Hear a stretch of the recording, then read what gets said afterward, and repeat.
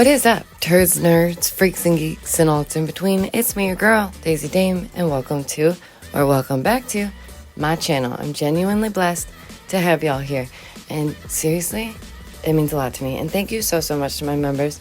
You are the coal that makes this train roll, and I really couldn't do it without you. Today, I'm going to go into a topic that we have boldly gone before, because it's one that I believe bears repeating and one that we could all use a bit of a reminder on, because it has significantly impacted society and how we treat one another and our relationships with one another. And it's kind of like the discussion of our blue types and things like that. These are things that are worthy of discussing time and time again, because these are things that are consistently current and important and have an impact on our lives every day.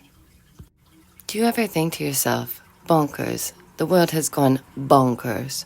Or you look at somebody and you think, how could they behave in such a way? How are people to this point? How did they get to this point?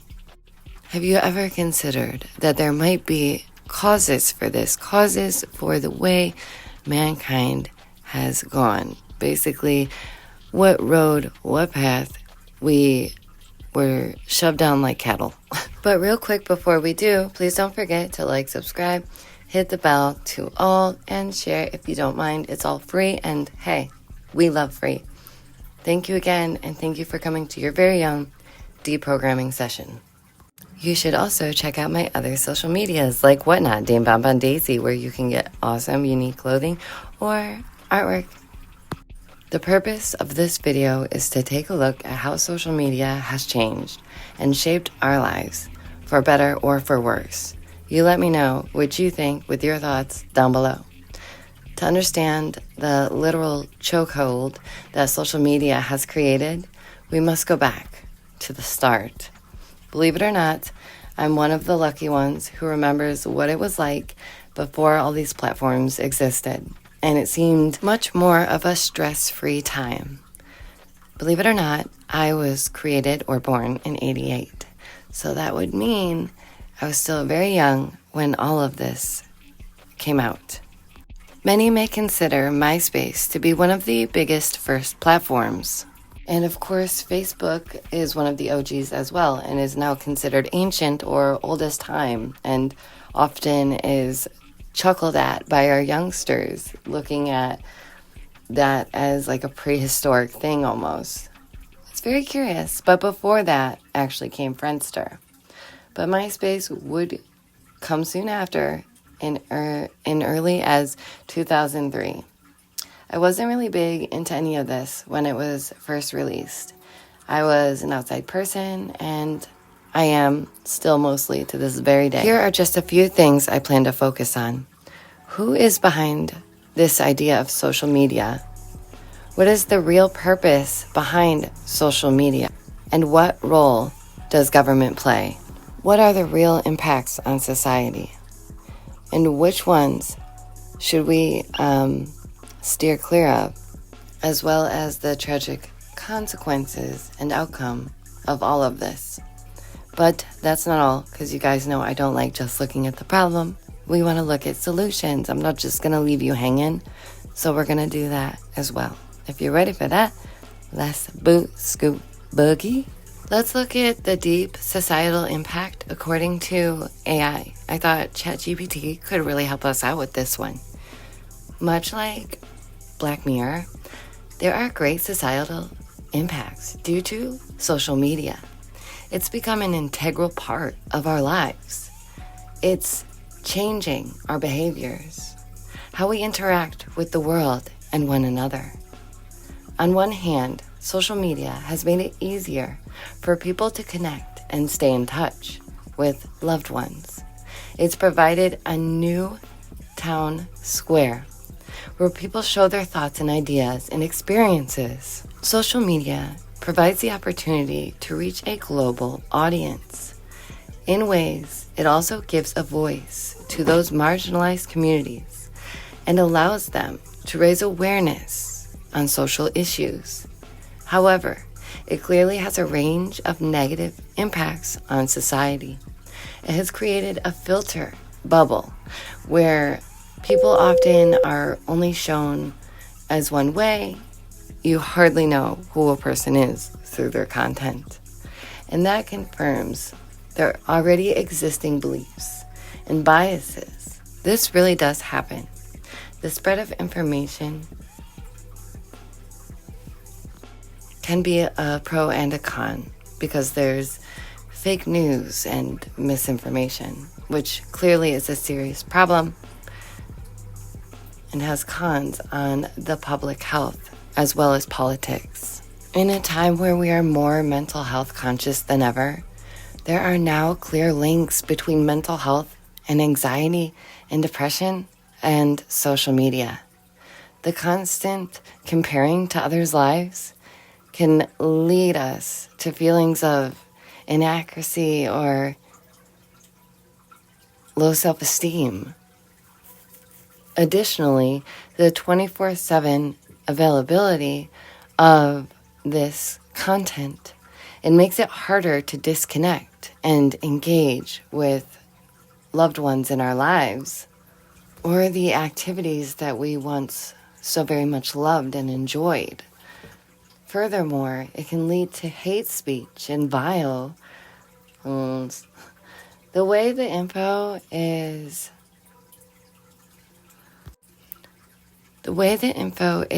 on social media, it can influence a range of behaviors, aggressive behavior, and it can even incite bad activities, if you will. The impact of social media is complex and multifaceted. While it has brought many positive things, it has also brought many of negative things. And the dangers is something that we indeed must discuss. We should consider limiting our time on it. We must be critical of our time on it. And we must be critical of the content that we consume on it. It's important to do so.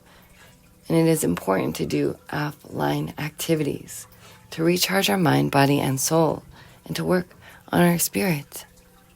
We furthermore must discuss how it impacts our time and our daily lives. It's very rare anymore that people even look up, but especially our youth. They're glued to their screens, and who can blame them? Our reality is one that anyone could want to escape from. Social media has the illusion of us being connected at all times, when really that couldn't be further from the truth. And let me just make this point right here. Please don't compare yourself to others. You are you. You are worth it, and you deserve a good life. Social media has also led to decreasing productivity. People will spend endless hours doom scrolling with their feeds rather than what they want to do in their lives. This has led to a rise in procrastination and a decrease in focus. Well, that's a very important one. And another very important factor is the rate it plays with mental health. Social media has led to more anxiety and depression, and it can lead, again, to this false reality of likes and follows and hearts and smileys and this encouragement when it may not really even exist. Yes men following you around going yes queen every post you make, whether it's negative or positive. Oftentimes it must be negative because when posts or videos or whatever may be negative, it gets more clicks, views, and attention. That doesn't seem like a good thing. There's always this push to take things too far, and the algorithm gods are mysterious. Recently alone, we saw a mommy family channel known as 8 Passengers get into some serious trouble. Whether it's a prank, bro, or it's a trend, there are dangerous things pushing the limits. It's continuous. It's all-consuming. All I have to really say is Tide Pods and TikTok trends. Why is it so different for Americans than it is elsewhere? when it comes to TikTok. By the way, just consider that. It's as if there's this push to be mentally unwell, to make it cool, to make it a fad. Think about how far things went with Logan Paul in that stinking forest. Don't worry, it's not all doom and gloom. On my channel, we don't just discuss the topics, we always try and find a solution, a resolution, or ways to help. Sadly, this time, there is no main cure for this. There is no known cure for being chronically online. But there are certain steps and cautions that can be taken to make it easier on one and on their mental health and wellness. Here are just a few ideas that include taking a break. Many apps now have a part of the settings where you can go and monitor and determine how long you want to be on that app, how long you want to be allowed to use that app. TikTok is certainly one that tells you to take a break, which I find is curious because we do know that these things can be easily avoided or disabled, but there are ways to also stop you from avoiding it. So go outside, get back to the earth, go touch grass and have a mud fight. But always remember, first take care of your head. When I was a young little alien, first plopped on this earth, and saw what MySpace was, it really weighed on me. It just wasn't for me. I could find myself getting upset at people's passive-aggressive posts that may or may not have even been made towards me, or may have had nothing to do with me. And had I been right and I asked, they would likely just gaslight me anyway. So what was the point? All of it was petty. All of it seemed too fake to me, and I really don't like fake. I don't do well with fake. It's not for me. I couldn't help but compare myself or my life to others. And I also couldn't help but be more outspoken than others. Or I would let things emotionally affect me, which I no longer do. That's why for over a decade, I had deleted Facebook and I had felt much better without it. Self-love, self-care, it's very important, because no one else will do it for you. The most people on platforms, they don't truly care about you. That's the sad truth, right? They don't care about me genuinely either, right? It's just people screaming endlessly into an abyss. Another suggestion is to spend time with real-life friends. Social media gives us this illusion that we are all friends, that we're all close besties, and that's just not the case in all circumstances. With the increase of mental health problems and our youth feeling more insecure than ever, having self-love and care is so significant and important. Having a really good friend does wonders. This may sound hypocritical due to the fact that I know I work on social media, and all of this may sound unproductive, but I, even more so than most, monitor my time spent. I understand that people are over labels, and I get that. I feel that, and I agree. But I do have ADHD, and I do have time blindness. It's real for me. It's a real thing. And when you have no concept of time, sometimes a minute can feel like an hour, or vice versa. I say this to say, I used to lose hours on platforms because I would feel like it's just 20 minutes, but then 2 hours had gone. So if you're like me, and you want to be a more productive you, better each day, set limits for yourself on these platforms. That's it for now. Thank you again, members. Stay awake, stay aware, stay well, and thank you so much for coming to your very own deprogramming session. I'll see you in the next one. Bye, guys.